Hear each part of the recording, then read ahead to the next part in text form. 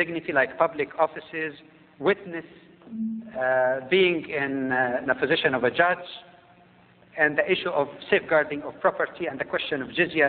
I hope this probably will be coming in the proper time and discussion. Thank you. Okay. Interesting things were said. Responses from either or anyone. Can I make some comments? Each Muslims and Christians were each given 15 minutes. No, I'm going to respond to some points that were raised, sure. And they really need to be addressed. On the issue of building churches, when the Quran spoke about the purity on earth and the corruption, it addressed it in a social movement, saying, had it not been for Allah pushing people by each other, then destruction would have overwhelmed. And it did not start by mosques. It said seclusions, places of worship, places of business, prayers, and mosques. And the places of seclusion in Arabic, Dr. Haddad, is sawama. The sawma where the priest or the minister would take seclusion in particular.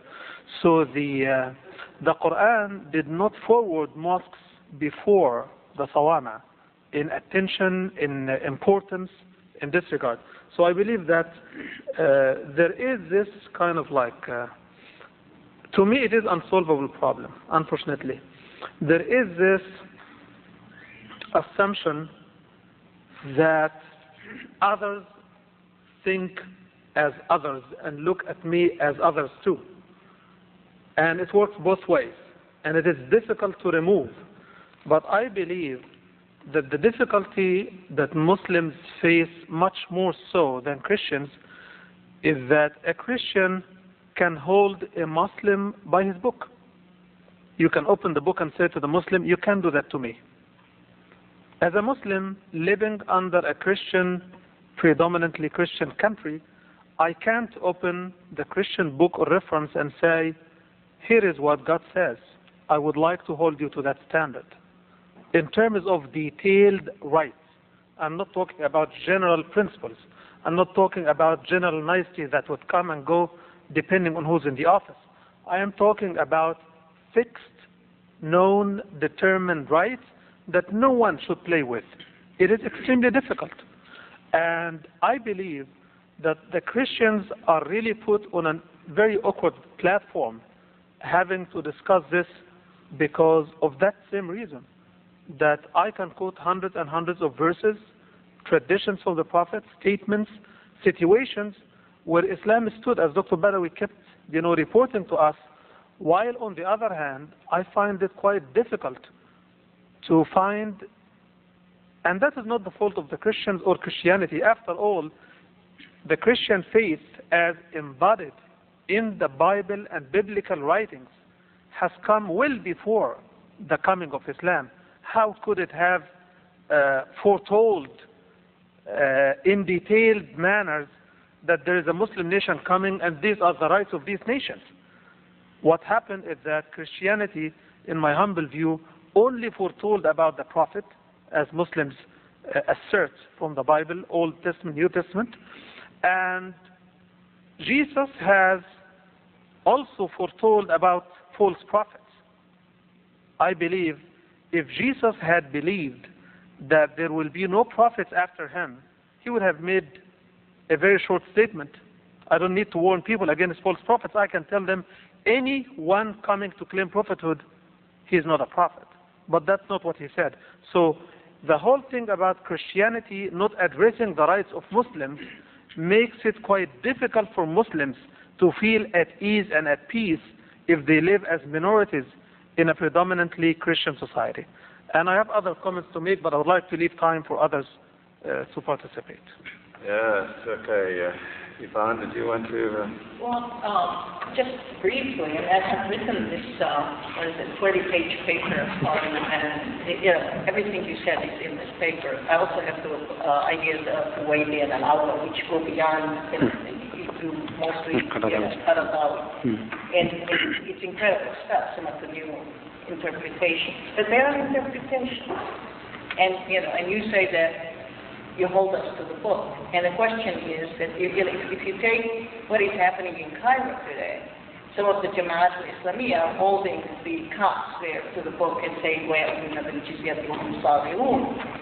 and therefore they're saying they demand, it's a misinterpretation maybe.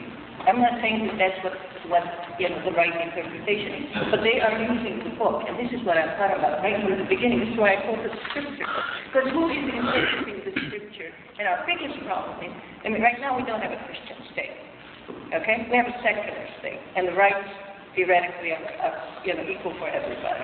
But my name is Haddad, I may be treated differently, right? But that's not the issue. The issue is we don't have a Christian state, and you cannot take the Bible and say it. But if we did have a Christian state, maybe you could take the Bible and say, but I don't know. But there is a demand for a Muslim state, right?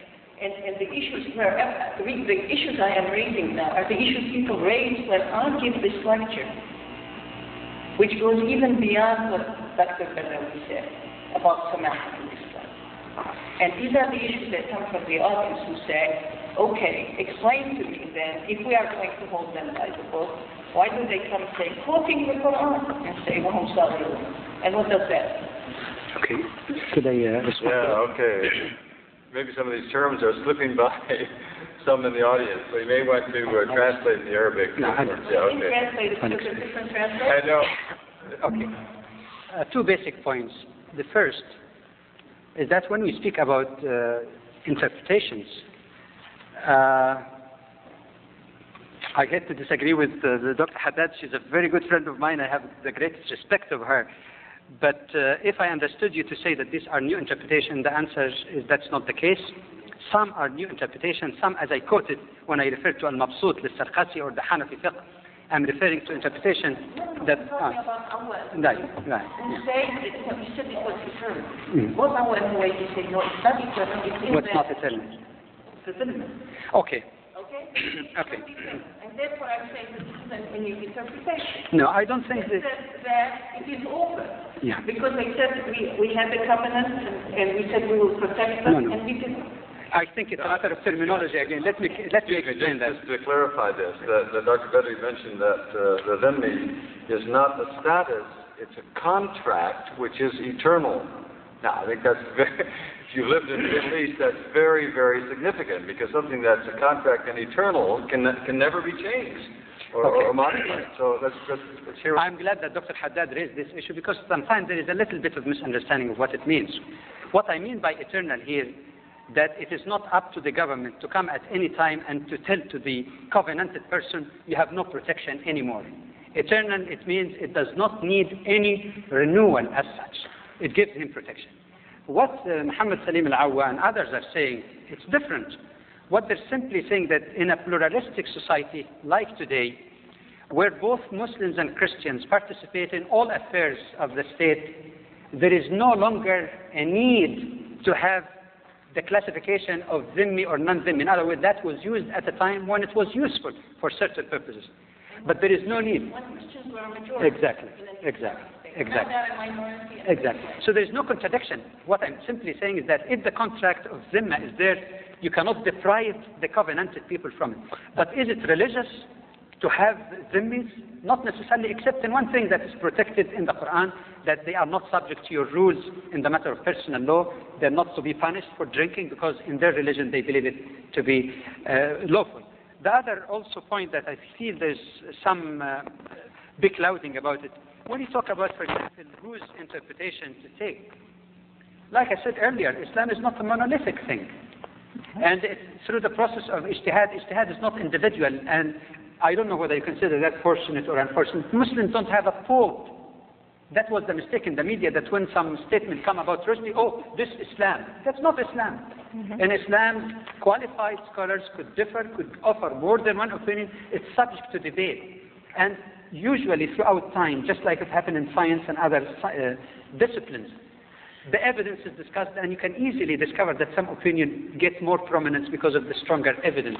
Some opinions that are not accepted at one time, with the change of circumstances, wisdom in those opinions can be seen.